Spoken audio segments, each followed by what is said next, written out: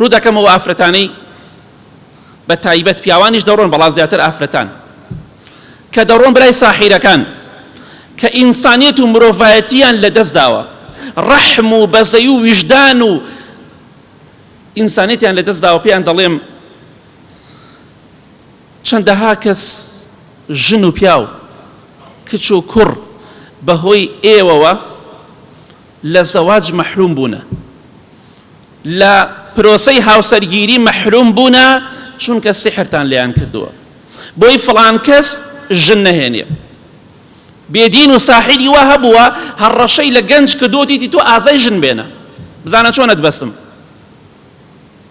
ئەگەر تۆ خوشکی بەڕێزم ویژدان و ڕەحم و بەزەی و ئینسانیت لە گیان تا بێ، چۆن ئەڕۆی بۆ لای کەسانێک کە خوای گەورە بە کافر ناویان دەبات؟ چۆن دەڕۆی بۆ لای کەسانێک کە دوژمنی خوان، کە دوژمنی مرۆڤایەتین؟ ئەوانە یەکێکن لە دەردەکانی ئەم کۆمەڵگایە. ئەوانە دوژمنی کۆمەلگانە و ساحیرانە، خوای گەورە بە گەورەی خۆی لە ناویان بەرێ.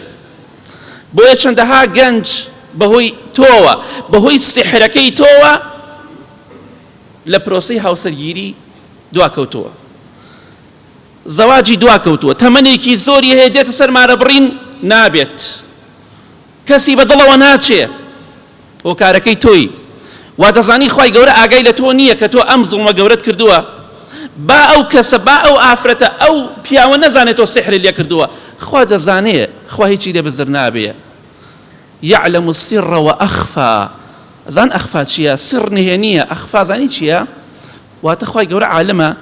من لەوانەی 20 ساڵی تەمەن باقی بە 50 ساڵتر بژیم، 50 ساڵی تر خوا عالمە من 50 ساڵی تر ئاخر ڕۆژی دەقەی ژیانم چی بەدڵ مادەیە، 10 ساڵی تر چی بەدڵ ماتێ، ڕۆژێتر سەعاتێتر 10 ساڵی تر 20 ساڵی تر.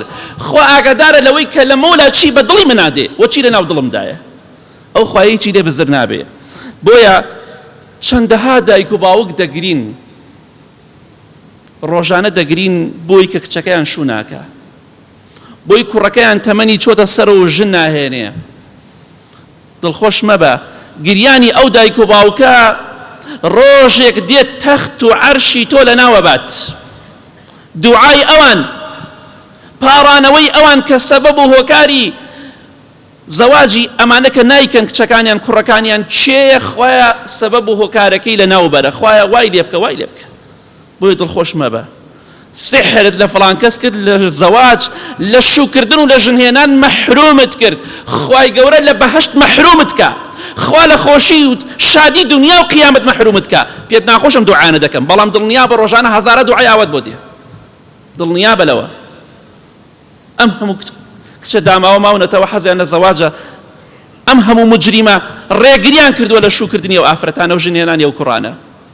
وا دەزانی دنیا هەر ئاوا بە ڕۆشنی بۆ تۆ دەمێنێتەوە، وەڵڵاهی تۆش لەو تاوانە بەشدار دەبیت. ئەو ئافرەتانە ئەو کوڕانە هەر تاوان لێ بکەن تۆش بەشداری، و دنیاش ئاوا بە ڕۆشنی بۆ تۆ نامێنێتەوە. بۆیە بگەڕێرەوە بەلای خوا، هەموو شوێی ساحیر مەکە، هاوڕەتی ئەو ئافرەتانەیش مەکە کە دەڕۆن بەلای ساحیر.